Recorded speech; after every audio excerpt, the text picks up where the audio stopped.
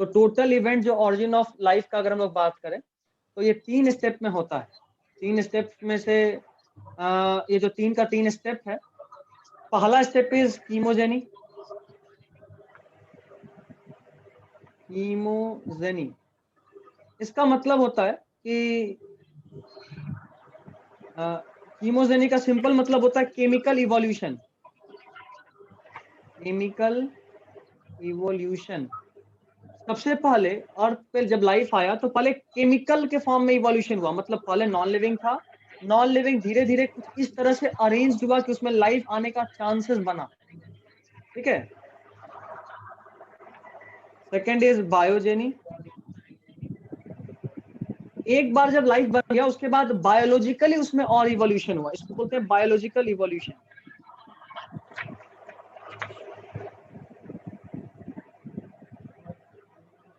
और तीसरा is cognogeny.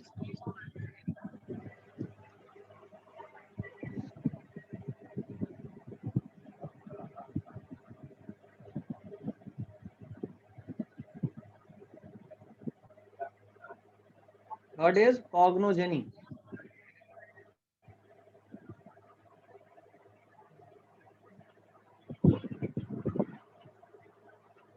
Cognogeny इसका मतलब होता है diversification of life into complex form. देखो सबसे पहले केमिकल से लाइफ बनने का चांसेस के स्टेज में आया, पहली बार कुछ डीएनए आरएनए टाइप का कुछ जेनेटिक मटेरियल बना, उसके बाद जो भी बायोलॉजिकली फर्स्ट सेल बना वो और इवॉल्व किया, कॉम्प्लेक्स सेल ऑर्गेनेल्स को डेवलप किया, और लास्ट में इस कॉग्नोजेनी में लाइफ अपने डाइवर्स फॉर्म में कन्वर्ट हुआ। मतलब स्टार्टिंग में जब सेल होगा तो वो कुछ प्रोकैरियोट टाइप का होगा, फिर उसमें डाइवर्सिफिकेशन आना शुरू हुआ, एक के बाद एक के बाद एक नया नया टाइप।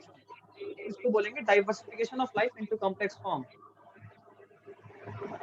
डाइवर्सिफिकेशन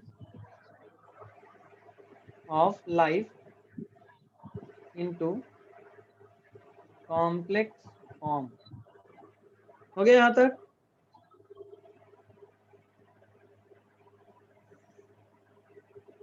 हो गया? दिक्कत है? हो गया। हो गया, ठीक।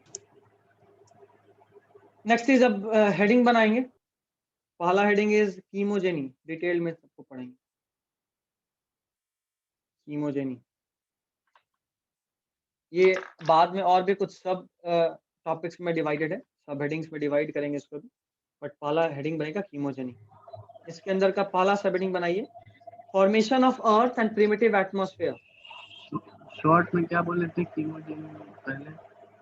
क्या बताया? कीमोजेनी को बोले थे diversification of life into complex form. सबसे पहले जो इस अर्थ पे लाइफ था वो बहुत ही बेसिक फॉर्म का आया था। पहले तो केमिकल से लाइफ बनने के स्टेज में आया, उसके बाद उसमें बायोलॉजिकली कुछ एडिशन हुआ, बायोलॉजिकल सेल apparatus ऐड हुए, और एक बार जब एक सेल के फॉर्म में वो कन्वर्ट हो गया, उसके बाद जब कंप्लीट लाइफ का स्ट्रक्चर बन चुका था उसके बाद वो डाइवर्सिफाई होना शुरू हुआ, एक के बाद एक नए फॉर्म्स में कन्वर्ट होना शुरू हुआ, उसको बोलते हैं कॉग्नोजेनी। तो कीमोजेनी का पहला हेडिंग होगा formation of earth and primitive atmosphere. Formation of earth and primitive atmosphere. Formation of earth and primitive atmosphere. देखो इस हेडिंग को देख के ही समझ में आ रहा होगा, लाइफ का अगर स्टार्टिंग का आपको बात करना है तो सबसे पहले तो आपको अर्थ के बारे में बात करना होगा, अर्थ कितना पुराना है। सबसे पहले जब अर्थ के बारे में जानेंगे, अर्थ कैसे बना, एटमॉस्फेयर कैसे बना, तभी तो लाइफ आने का चांसेस होगा। तो इसलिए सबसे पहला हेडिंग है formation of earth and primitive atmosphere. देखिए इसमें अबाउट, देखो यहाँ पे टाइम डाटा जो होगा ना बहुत इंपॉर्टेंट होगा। इवोल्यूशन एक्चुअली में सिर्फ डाटा का खेल है, इसमें टाइम, अर्थ कितने साल पुराना है, लाइफ पहला कितना साल पहले आया, ये सब डाटा आपको याद रखना होगा। तो फर्स्ट डाटा यहीं पे मिलेगा, अबाउट 4.5 बिलियन ईयर्स एगो। बिलियन ईयर्स एगो। देखो हम बताए थे नीट कैसे खेलेगा इसमें, 4.5, देखो बिलियन ईयर्स एगो को लिखोगा बया, BYA, और खेलेगा कैसे, लिखेगा earth is about 4.5 billion years एगो, और दूसरा ऑप्शन 4.5 मिलियन ईयर्स एगो। तो बिलियन और मिलियन में बहुत सतर्क रहना, यहाँ अक्सर खेल जाता है NEET. About 4.5 billion years ago the earth was formed, the earth was formed by cooling of by cooling of elm. ये एल्म एक नाम दिए हैं हम लोग एक्चुअली, ये एक नाम है, ये सिर्फ एक नाम है, और इस नाम का मतलब क्या है? Hot gaseous cloud, hot gaseous cloud. देखो हम आपको बिग बैंग के बारे में बताए थे, अर्थ का फॉर्मेशन की एक थ्योरी बिग बैंग था। बिग बैंग क्या बोला था कि पहले इस पूरे यूनिवर्स का मास एक जगह कंसंट्रेटेड था, अचानक से वहां बहुत बड़ा एक्सप्लोजन हुआ, इतना बड़ा एक्सप्लोजन जो हमारे प्रैक्टिकल टर्म्स में इनइमेजिनेबल है, इतना बड़ा एक्सप्लोजन। उस पूरे एक्सप्लोजन से ही पूरा यूनिवर्स बना, उस पूरे एक्सप्लोजन से सारे प्लैनेट्स बने। तो उसमें जो प्लैनेट अर्थ था, ये एक्चुअली में पहले सिर्फ एक गैसियस क्लाउड था, जो कि बाद में डेंस होता चला गया। इसको प्रैक्टिकली समझें तो जरा देखो, ये आप 6-7 में पढ़े होंगे, साइंस में अक्सर ही डायग्राम मिलता था। ये गैस का डायग्राम, सारे मॉलिक्यूल्स दूर दूर हैं। फिर लिक्विड का डायग्राम, मॉलिक्यूल्स थोड़ा और नजदीक आए और थोड़ा ऑर्डरली वे में हो गए। और सॉलिड का डायग्राम, मॉलिक्यूल्स बहुत ही कॉम्पैक्ट हो चुके हैं और ऑर्डरनेस भी ज्यादा हो गया है। अब यहाँ रैंडमनेस खत्म, रैंडमनेस मतलब फ्री मूविंग। अभी आप बताओ, गैस से सॉलिड में कन्वर्ट होने के लिए क्या करना पड़ा? एक तो डेंसिटी हाई हो गया, और जितना कंडेंस होगा कोई भी गर्म चीज, अगर ये गर्म है तभी उसका मॉलिक्यूल्स दूर दूर है, अगर वो ठंडा होगा तो जाहिर सा बात है कि उसका मॉलिक्यूल एक दूसरे के कॉम्पैक्ट होगा, नजदीक आएगा, क्योंकि उसका वाइब्रेशनल एनर्जी कम होगा। तो कोई भी गर्म चीज जब ठंडा होता है तो नॉर्मली उसमें डेंसिटी बढ़ता ही है। फैजान बताएगा, फैजान एक्सेप्शन पढ़े थे कुछ फिजिक्स में हम लोग, याद है? थर्मल प्रॉपर्टीज ऑफ मैटर में। हिंट भी दे रहा हूँ, वाटर के केस में पढ़े थे। क्या पढ़े थे, कहाँ पढ़े थे, बताओ? पढ़े थे क्या पढ़े थे? एनामोलस हीटिंग ऑफ वाटर नहीं पढ़े थे? एनामोलस एक्सपेंशन ऑफ वाटर, कि 4 डिग्री से कम सेल्सियस पे अगर हम वाटर को हीट करते हैं तो उसका डेंसिटी बढ़ने के बजाय घटता है। याद आ रहा है? याद आ गया, याद आ गया, सब ठीक है। पढ़े। 8 डिग्री से याद आया। 4 डिग्री से कम करने पे। अजान तो आजकल डंडी मार रहा है, हाँ बहुत डंडी वही मार रहा है। 4। वो हाँ, पहला या दूसरा पेज में था। पेज नंबर याद है बट क्या पढ़ते ही भूल गए। शाबाश। चलो ये हेडिंग इसको नहीं हटा है। दें, हेडिंग नहीं याद। रिवीजन में रहो, रिवीजन में रहो, वरना 11th खाली हो जाएगा ना तो 12th में रोते रह जाओगे, कुछ नहीं होना। नहीं बहुत लोग जुड़े हैं। हाँ, मैक्सिमम लोग मेरे साथ के हैं, सुनने आए। चलो अगला पॉइंट, प्रिमिटिव। ये बहुत इंपॉर्टेंट पॉइंट है, मेडिकल के लिए बहुत इंपॉर्टेंट पॉइंट। ये हर 2 साल में रिपीट कर लेता है, इतना इंपॉर्टेंट है। प्रिमिटिव एटमॉस्फेयर में क्या क्या था, कौन कौन सा गैसेस था, ये बहुत पूछता है। Primitive atmosphere was reducing, reducing बताए थे लास्ट क्लास में भी। क्यों होता है रिड्यूसिंग? ऑक्सीजन था ही नहीं, क्योंकि ऑक्सीडेशन ऑक्सीजन फ्री नहीं था, ऑक्सीजन नहीं था। ऑक्सीजन नहीं था ऐसा फ्री बताए थे। Oxygen, free oxygen, very good, free liquid oxygen. Water के फॉर्म में ऑक्सीजन था बट वो फ्री स्टेट में नहीं था, तो प्रिमिटिव एटमॉस्फेयर को इसलिए हम लोग बोलते थे reducing. Next, in which there was presence of, in which there was presence of कौन कौन सा गैस? तो सबसे पहले मीथेन, फिर अमोनिया, फिर H2CO2 एंड वाटर वेपर। देख लो, चूंकि गर्म था ना तो वाटर के फॉर्म में, ये भी लिक्विड नहीं था, वेपर के फॉर्म में, लेकिन वाटर के फॉर्म में था, फ्री फॉर्म में ऑक्सीजन नहीं था। देखो CO2 भी था बट ऑक्सीजन नहीं था। ये बहुत important point. There was absence of free oxygen molecule. रंग लीजिए इसको, बेहतर रहेगा। और ये सबसे इंपॉर्टेंट है, फ्री ऑक्सीजन नहीं था, ये कहना गलत है, था लेकिन फ्री फॉर्म में नहीं था। ठीक है, लिख लिए, इतना हटाएं। हाँ, चलो स्क्रीनशॉट ले लो, वीडियो हटाना भी पड़ेगा कि क्लियर दिख रहा है सब कुछ? इससे तो एक और बात साबित होता है कि मतलब जो भी फर्स्ट लिविंग ऑर्गेनिज्म होगा वो बिना ऑक्सीजन के ही। बिल्कुल बिल्कुल, ये भी नीट में पूछता है actually, first life was anoxygenic, NEET में पूछेगा बिल्कुल, अभी बताएंगे, थोड़ा देर रुक जाओ, आज ही आ जाएगा वहां तक। ये लिख लिए? चलो इसको हटा रहे हैं। देखो सबसे पहले कीमोजेनी पढ़ रहे थे, कीमोजेनी, बायोजेनी, कॉग्नोजेनी में कीमोजेनी में पहला हेडिंग पढ़ लिए, formation of earth and primitive atmosphere, कैसे बना हम लोग देख लिए। अब अगला heading is formation of primitive ocean, formation of primitive ocean.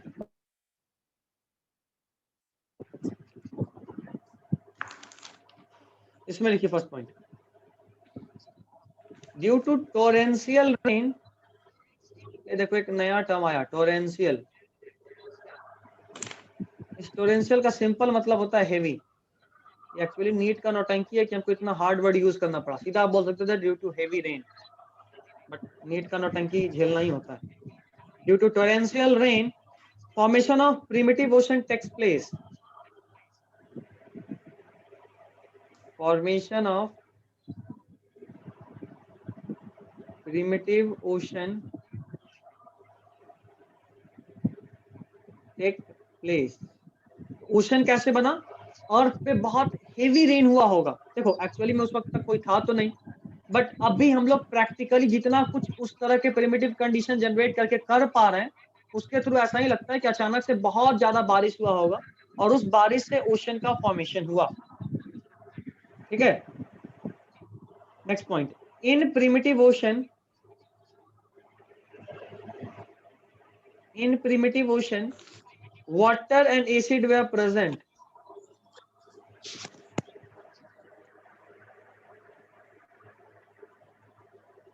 अब ये एसिड कहां से आया? अरे एसिड रेन से, एटमॉस्फेयर से जो भी एसिड हो, मतलब गैसेस होगा, जैसे मान लो SO2 वाटर के साथ मिक्स किया, बन गया H2SO4, तो एसिड रेन से ये एसिडिक हो चुका था ये वाटर। और एक्चुअली में ये सब नहीं, ये क्वेश्चन नहीं था, ऐसे एसिडिक हुआ ये क्वेश्चन नहीं था, बस बता रहा हूँ। क्या हम पूछना है, हमको पूछना है। हाँ बोलो। हेवी रेन कैसे होगा? वाटर साइकिल, कहीं ना कहीं पानी होगा तभी ना, मतलब वाटर साइकिल एक होगा। बात बताओ, अभी हम लोग पढ़े थे, अभी जरा लास्ट पॉइंट पढ़ो, प्रिमिटिव एटमॉस्फेयर में क्या था, वहां वाटर वेपर लिखे थे, देखो तो जरा। हाँ, तो अगर वाटर वेपर लिखे तो जब भी ठंडा होगा तो पानी तो होगा ही होगा। समझ गए फैजान? ठीक है नहीं ठीक है, बोलो। वाटर वेपर कहाँ से वाटर वेपर आया कहाँ से फिर? देखो प्रिमिटिव देखो सुनो सुनो सुनो, ओशन, एक बात बताओ, मतलब अगर हम ये कह रहे हैं कि अगर वाटर लिक्विड स्टेट में नहीं है तो क्या लिक्विड का फॉर्मेशन, वाटर का फॉर्मेशन ही नहीं हो सकता? H2O जो पहली बार बना होगा कैसे बना होगा? हाइड्रोजन और ऑक्सीजन के मिलने से बना होगा, है ना? तो H2O तो आ ही सकता है, लेकिन ये किस फॉर्म में होगा? गैस फॉर्म में। ये जब कूल होगा तब ये लिक्विड के स्टेट में आएगा। तो चूंकि उस वक्त अर्थ का एटमॉस्फेयर बहुत ज्यादा था, तो जो भी हाइड्रोजन ऑक्सीजन का रिएक्शन हुआ भी होगा, वो सब कैसे हुआ होगा? गैसियस फॉर्म में ही हुआ होगा।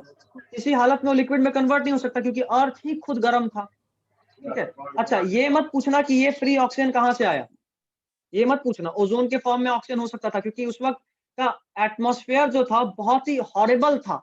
आगे हम लोग अभी पढ़ेंगे, हॉरिबल कंडीशंस था। और हॉरिबल कंडीशन में कई बार क्या हो रहा था कि जब इलेक्ट्रिक डिस्चार्ज हो रहा था, अभी हम लोग पढ़े ना कोरोना डिस्चार्ज 10-15 मिनट पहले, तो जो कोरोना डिस्चार्ज था उससे बहुत हाई एनर्जी मिलता है, और उस हाई एनर्जी में अक्सर ओजोन ऑक्सीजन में कन्वर्ट हो जाता है, लेकिन ऑक्सीजन के फॉर्म में वो टिका नहीं, तुरंत हाइड्रोजन से रिएक्ट होकर वाटर बना दिया, इसीलिए फ्री ऑक्सीजन अवेलेबल नहीं था। नहीं समझ में आया? ओजोन है, ओजोन में जब इलेक्ट्रिसिटी पास कराए तो ये कन्वर्ट हो गया ऑक्सीजन में, लेकिन इस फॉर्म में वो रहा नहीं, वो इस ऑक्सीजन में कन्वर्ट होते ही तुरंत हाइड्रोजन से रिएक्ट करके वाटर बना दिया। और ये जो फॉर्म बना ये गैसियस फॉर्म था, इसलिए लिक्विड के फॉर्म में वाटर नहीं था। और ऑक्सीजन बना भी, लेकिन ये अवेलेबल नहीं रहा, तुरंत से रिएक्ट करके कंपाउंड बना लिया, इसीलिए यहाँ पे ऑक्सीजन बना तो था ओजोन के ब्रेक होने से, बट टिका नहीं, एटमॉस्फेयर में रहा नहीं, रहता तो एटमॉस्फेयर ऑक्सीडाइजिंग हो जाता। ठीक है,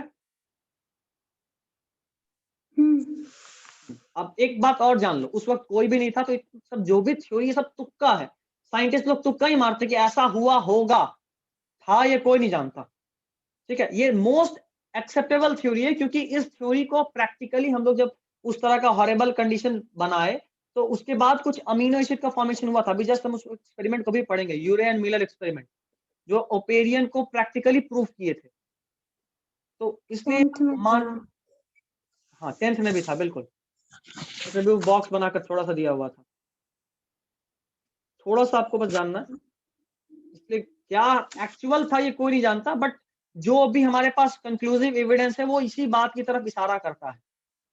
ठीक है, तो in primitive ocean and acid were present, इसको बोलते थे कॉल्ड ब्रॉथ।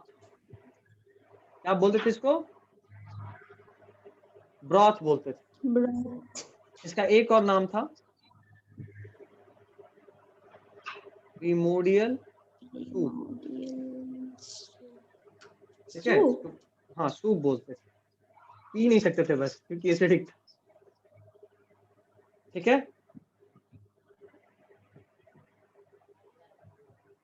हाँ ठीक है। चलिए, तो नेक्स्ट अब हमारा तीसरा हेडिंग बनेगा formation of micromolecules. Formation of micromolecules.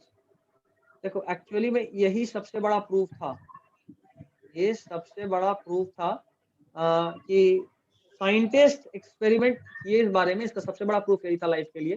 क्योंकि जब ये सारा कंडीशन हम लोग प्रिमिटिव करके बनाए ना, उस वक्त कुछ माइक्रो मॉलिक्यूल्स का फॉर्मेशन हुआ था।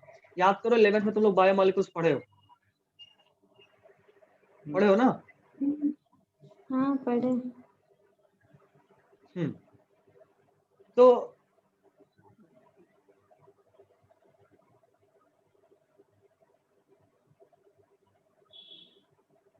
ठीक है, तो जब ये हम लोग पढ़े थे तो वहां पे हम लोग माइक्रो मॉलिक्यूल्स जो पढ़े ना, उसी का है ये, उसी का है ये कि माइक्रो मॉलिक्यूल्स का जब फॉर्मेशन हो गया, उससे ये चीज पता चल गया कि अच्छा हाँ, इससे भी लाइफ का फॉर्मेशन हो सकता है।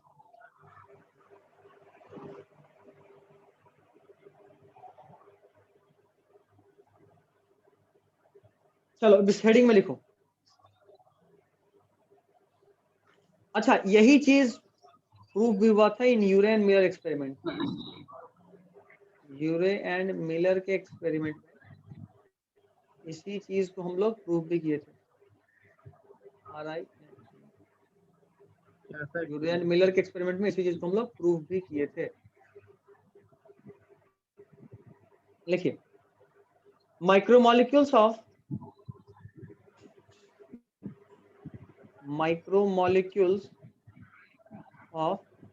biological significance, micromolecules of biological significance were formed by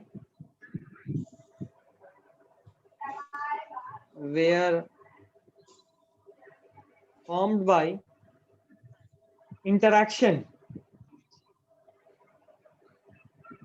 of chemical presents in the broth.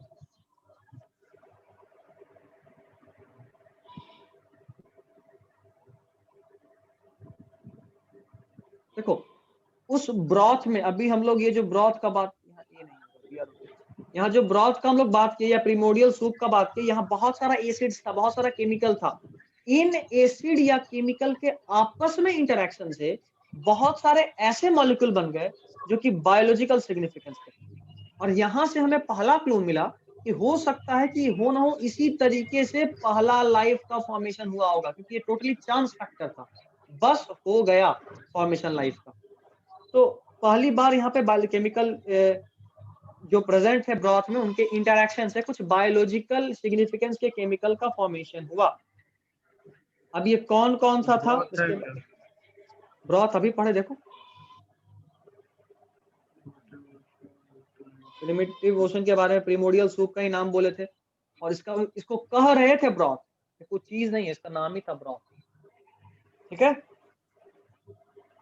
अब क्या क्या बना था उसके लिए, इसको हटाए ना, नहीं रखे। जल्दी लिखो। यूरे एंड मिलर का एक्सपेरिमेंट क्या था? यूरे एंड मिलर का एक्सपेरिमेंट बताएंगे, रुक जाओ।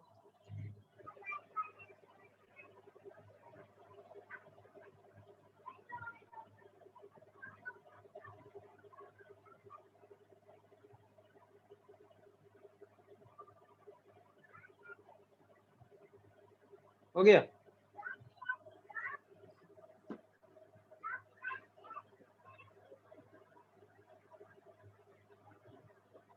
हटाया जोया?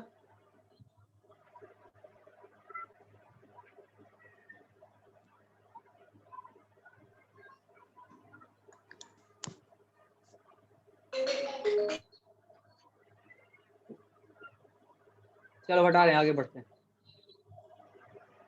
नेक्स्ट इज, अब जो केमिकल बना था ना उनका बारे में भी थोड़ा सा जान लेना है। The chemicals formed where,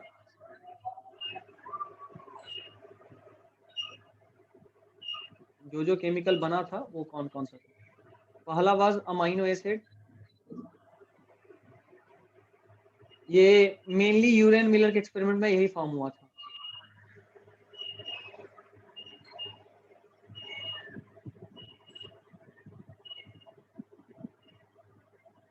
यूरेन mainly के मिलर के एक्सपेरिमेंट में मेनली यही फॉर्म हुआ था, जबकि बाद में और भी इस तरह का जो एक्सपेरिमेंट हुआ उसमें इसके अलावा कुछ फैटी एसिड भी बना, फैटी एसिड, कुछ ग्लिसरॉल भी बना, कुछ ग्लिसरॉल भी बना, उसके अलावा सिंपल शुगर भी बना, और सबसे इम्पोर्टेंट पॉइंट कि यहाँ पे नाइट्रोजिनस बेस भी बना। ये बहुत इंपॉर्टेंट पॉइंट था। देखो, नाइट्रोजिनस बेस बनने का मतलब ये कि पहली बार हमको कुछ ऐसा कंक्लूजन मिला कि इससे जेनेटिक मटेरियल का भी फॉर्मेशन हो सकता है। याद करो, तुम लोगों को लास्ट ईयर बताए थे कि हमारा पूरा डीएनए सिर्फ ए, टी, सी और जी से मिलकर बना है, बताए थे।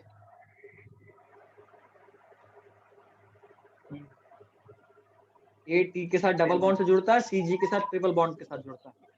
तो ये जो नाइट्रोजनस बेस से मिलकर बना, तो अगर ए टी सी जी का फॉर्मेशन हो सकता है तो बाई चांस किसी भी तरीके से इसका ऐसे लिंकेज भी हो सकता है कि जेनेटिक मटेरियल बन जाए।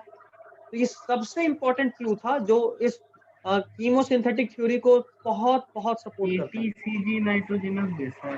हाँ, उसी को बोलते हैं नाइट्रोजनस बेस। पढ़ाएंगे जैसे ही क्लास तुम लोग का ऑफलाइन खुलेगा ना, तो तुम लोग को मेंडेलियन जेनेटिक्स पहले पढ़ाएंगे और फिर मॉलिक्यूलर जेनेटिक्स। उस मॉलिक्यूलर जेनेटिक्स में तुम लोग को ये पढ़ना, क्योंकि बहुत कंसेप्चुअल है और कहीं किसी का नेट वेट स्लो हो गया तो फिर उसको कुछ समझ नहीं आया, इसीलिए फिर हम अभी नहीं पढ़ेंगे, अभी सिंपल टॉपिक्स ले रहे हैं। और ये जो रेशियो लिखे ना, पहले अमाइनो एसिड, फिर फैटी एसिड, फिर ग्लिसरॉल, फिर सिंपल शुगर, फिर नाइट्रोजनस बेस, ये इनके फॉर्मेशन जो हुआ इनका कंसंट्रेशन पे बता रहा है, या in the sequence of formation बता रहे हैं, in the sequence of formation, इनके फॉर्मेशन का जो सीक्वेंस है उस सीक्वेंस में बता रहा हूँ। चलिए, पहला हेडिंग आपका कंप्लीट हुआ, आपका chemogeny. Next heading is biogeny. बायोजेनी,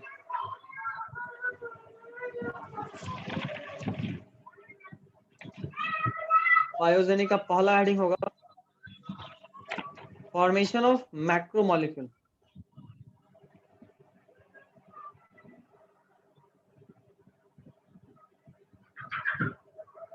देखो, अभी तक कीमोजेनी में केमिकल इवोल्यूशन हो गया, मतलब केमिकल के थ्रू हम इतने रेडी हो चुके हैं कि अब इवोल्यूशन हो। बायोजेनी में पहली बार लाइफ बनेगा, बायोजेनी बायोलॉजिकल इवोल्यूशन, और कॉग्नोजेनी में फिर वो डाइवर्सिफाई होगा, मतलब अलग अलग डिफरेंट फॉर्म्स में और कॉम्प्लेक्स फॉर्म में कन्वर्ट होगा। चलिए, तो बायोजेनी के लिए मैं फॉर्मेशन ऑफ मैक्रोमोलिक्यूल में फर्स्ट पॉइंट लिखिए, formation of macromolecules like protein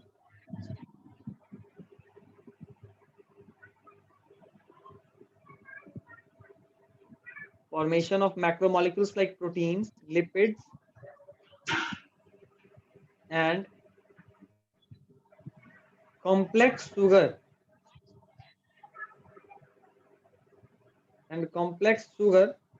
to form mononucleotide.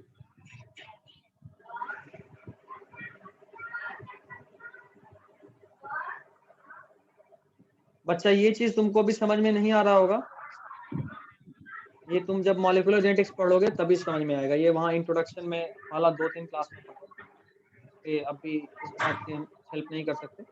Offline खुलता तो ही हम ये चीज पॉइंट समझा पाएंगे मोनोन्यूक्लियोटाइड क्या है। ठीक है, पहले तो माइक्रोमोलिक्यूल्स का फॉर्मेशन हुआ, सिंपल शुगर बना, कॉम्प्लेक्स शुगर बना, लिपिड्स बना, प्रोटीन बना। देखो अमाइनो एसिड जो यहाँ बन चुका था वो आपस में जुड़ के प्रोटीन बनाया, फैटी एसिड से लिपिड बना, ग्लिसरॉल से भी लिपिड बना, सिंपल शुगर आपस में कंबाइन होकर कॉम्प्लेक्स शुगर में कन्वर्ट हुआ। मतलब जो भी मॉलिक्यूल्स वहां बन गया था ना, वो अपने कॉम्प्लेक्स फॉर्म में चेंज होना शुरू हो गया। ठीक है, इसलिए यहाँ तक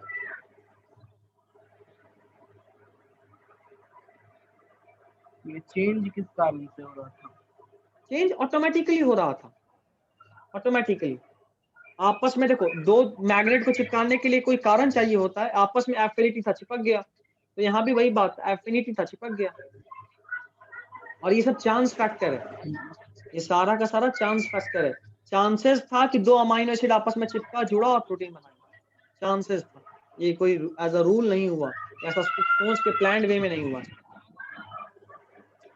हो गया यहाँ तक?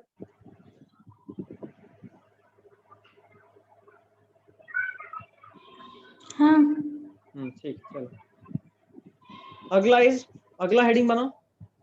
मतलब बायोजेनी में पहला हो गया फॉर्मेशन ऑफ मैक्रोमोलिक्यूल, बायोजेनी का दूसरा formation of microsphere, formation of coacervate, COACERVATE, coacervate. Zoya तुम्हारी तरफ आवाज है तो म्यूट कर लो। और मेरी तरफ नहीं है। फैजान, बेचारे के लिए इशारा काफी था। म्यूट करो, म्यूट करो। ठीक, जब डाउट हो तब बस ऑन करना और पूछ लेना। फॉर्मेशन ऑफ कोजरवेट और माइक्रोस्फीयर, इसमें लिखिए बाय द एग्रीगेशन। देखो एक्चुअली में अभी तक क्या हुआ, सारा प्रोटीन अमाइनो एसिड मतलब लाइफ के लिए जो जो जरूरी था हर चीज हो गया। अब पहला सेल बनने की तरफ मूवमेंट होगा, अब पहला सेल बनने का कोशिश होगा, पहला जेनेटिक मटेरियल बनेगा, पहला सेल बनेगा। तो देखिए देखिए पहला by the aggregation,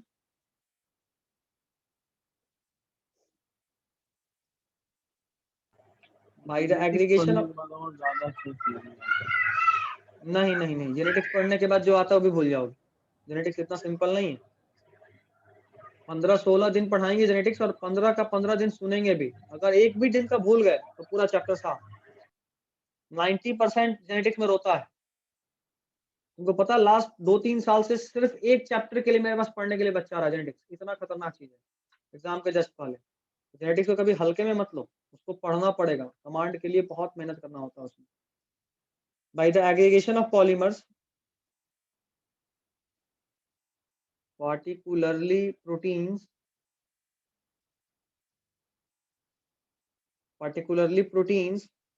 a structure was formed,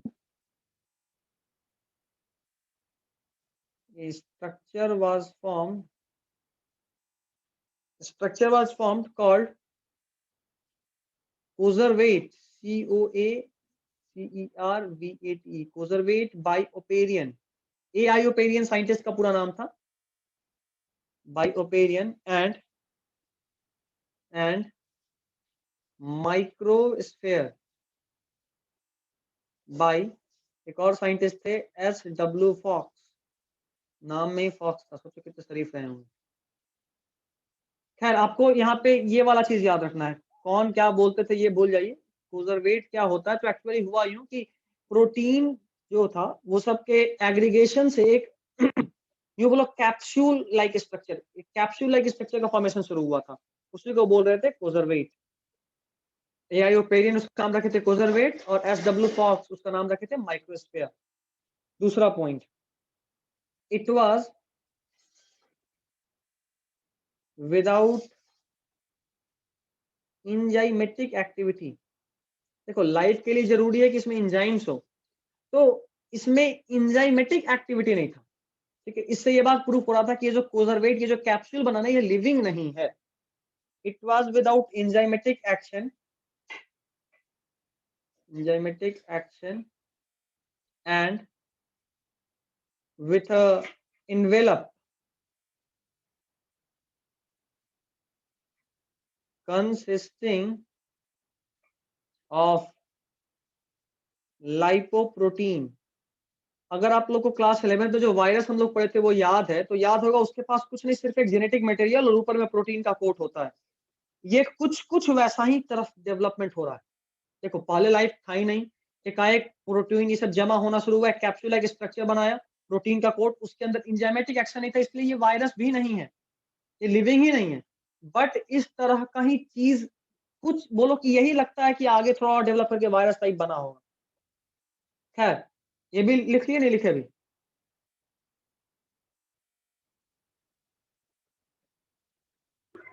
virus ही बना होगा सबसे पहले। देखते हैं बनना चाहिए एक्चुअली में वायरस ही। अभी देख लेते हैं क्या बना।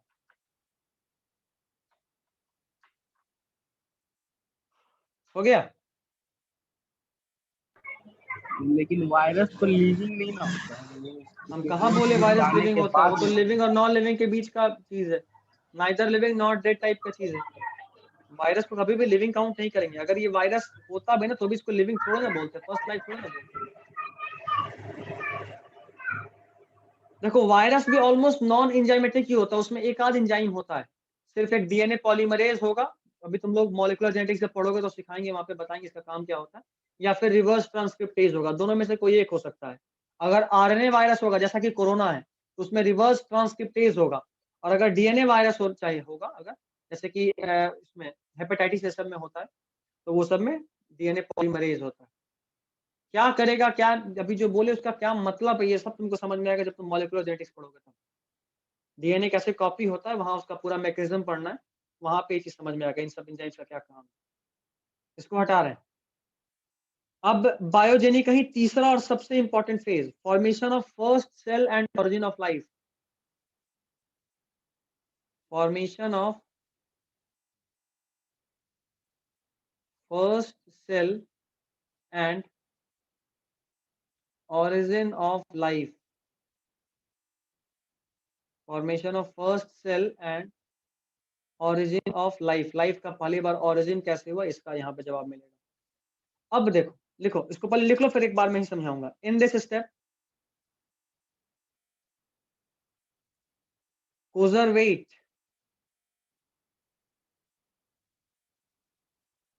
become metabolically active। देखो अभी तक मेटाबॉलिकली एक्टिव नहीं था, मेटाबॉलिकली एक्टिव कोजोवेट नहीं था, उसमें एंजाइम ही नहीं था ना, बिना एंजाइम के मेटाबॉलिज्म होगा कैसे? तुम लोग को जब लिविंग वर्ल्ड पढ़ा रहे थे 11th में तो बताए थे कि हमारे बॉडी में अगर एक नमक को पानी में घोलना भी हो, जो कि नॉर्मली यूं ही हो जाता है, आप बस एक गिलास पानी लीजिए उसमें नमक डालिए ऑटोमेटिकली घुल जाएगा, बट हमारे बॉडी में ये काम होने के लिए भी एंजाइम चाहिए, और यहाँ तो कोजरवेट में एंजाइम था ही नहीं। और अगर एंजाइम नहीं था मतलब एक बात तो एकदम साफ है कि उसमें लाइफ हो ही नहीं सकता है। बट इस स्टेप में यहाँ पे ये मेटाबॉलिकली एक्टिव हुआ। In this step coacervate become metabolically active